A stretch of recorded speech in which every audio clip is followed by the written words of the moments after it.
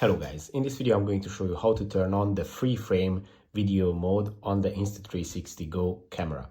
So this mode allows you to record the video and select the aspect ratio of the video afterwards. So to do that, it's pretty simple. Just turn on your camera, and on the home page you can either use the Q button on the side of the device to select the camera modes, or you can use the touch screen to swipe from the middle of the screen.